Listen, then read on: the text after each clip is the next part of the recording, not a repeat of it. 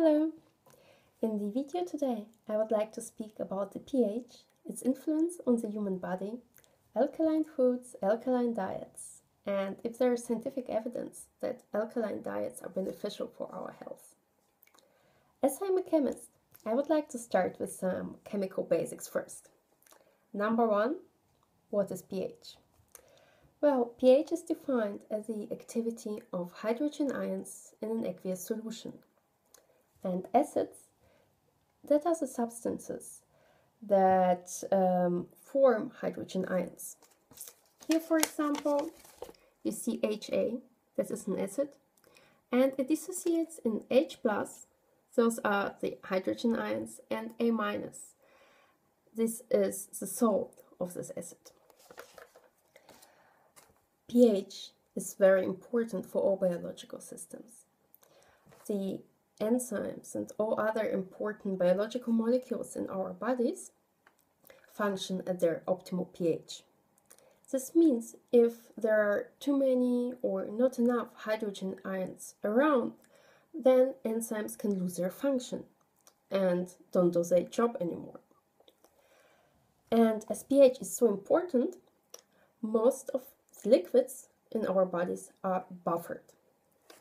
Buffered solutions have the ability not to change the pH even if more acid or base is added.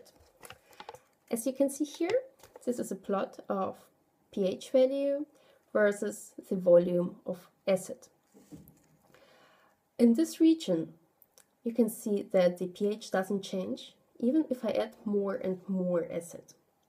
The solution is buffered in this region. Buffers are mixtures of a weak acid and its salt. Weak acids, they don't want to dissociate. They hold these hydrogen ions. They don't want to give them away. And the salt of weak acids want to get the hydrogen ions back, because if you don't want to give something away, you want to get it back if somebody has taken it from you. So, in this region, even if I add more acid, the salt of the weak acid takes the hydrogen ions I add and removes them from the solution. That's why the overall pH doesn't change. However, when this acid is depleted and no A- species is present in the solution anymore, then the pH changes. That's what happens here. However, you would need to add so much more acid until the A- are depleted, so that in general, if we add acid to our blood, at least in the biological systems, the pH doesn't change significantly. So the blood is buffered. Most of the other solutions in our bodies are buffered as well. And actually, acidic pH isn't necessarily a bad thing. Some of our regions in the body have to have an acidic pH because, for example, our stomach, it's important for the digestion and killing of the bacteria. Also, our skin has a slightly acidic pH just to prevent bacterial overgrowth.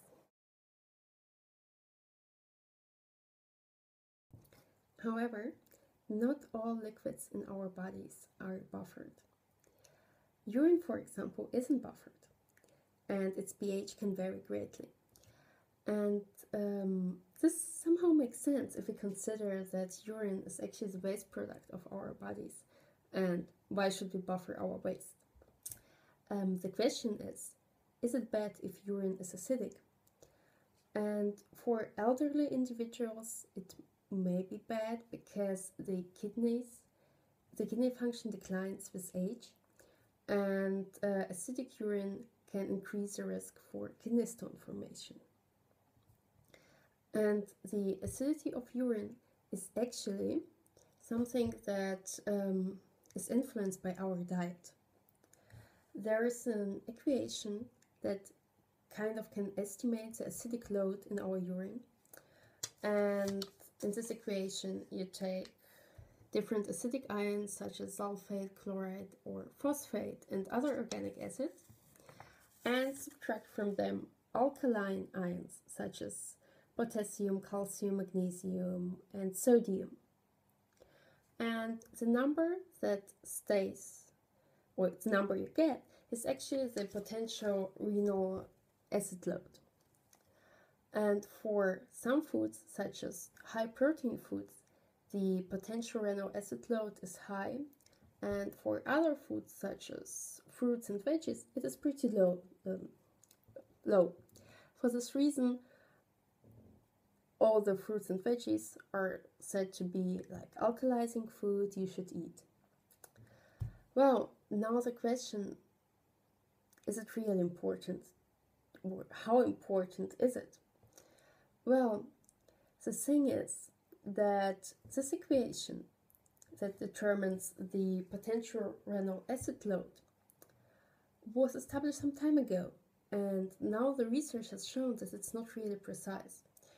For example, as shown here, phosphate seems to have a negative effect on the acid load in our bodies. However, some studies have shown that actually phosphate is beneficial for bone health. And this means that it doesn't pull calcium out of our bones. This is a misconception or the myth that is actually still around, that high protein diet is bad for the bones. But there were lots of research studies, and some of them have actually shown that low protein diets are bad for bones, and that increased potassium intake, not only potassium, but increased phosphate intake is good for bones. But according to the equation, it is a bad thing. On the other hand, in this equation is sodium a good thing for the bones, or for, in general, for the acid load in our bodies. But some studies have shown that when the diet is pretty acidic, sodium can actually make it worse. Eating too much sodium can lead to negative effects in our health. For this reason, this equation isn't really precise, and it should be updated.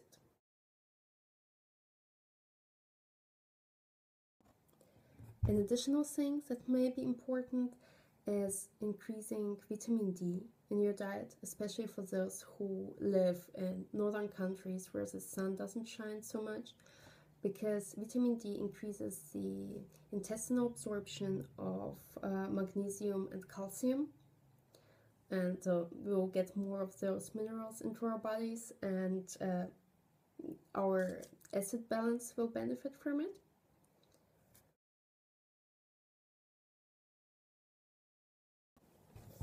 Okay, what can we learn from that? Number one, our bodies are amazing.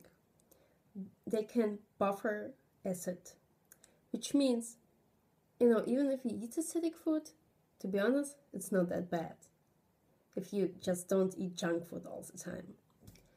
Number two, even though protein has an acidic function, it hasn't been shown actually that it's bad for the bones. However, it may lead to muscle wasting, especially for elderly individuals. But the solution is not to avoid protein, but just add lots of fruits and veggies to your diet. So actually, it's again the same. It's not about some super food, some alkalizing food, some, great smoothie you will find on the internet. It's just about eating a healthy diet that has lots of fruits and vegetables. It's actually pretty simple.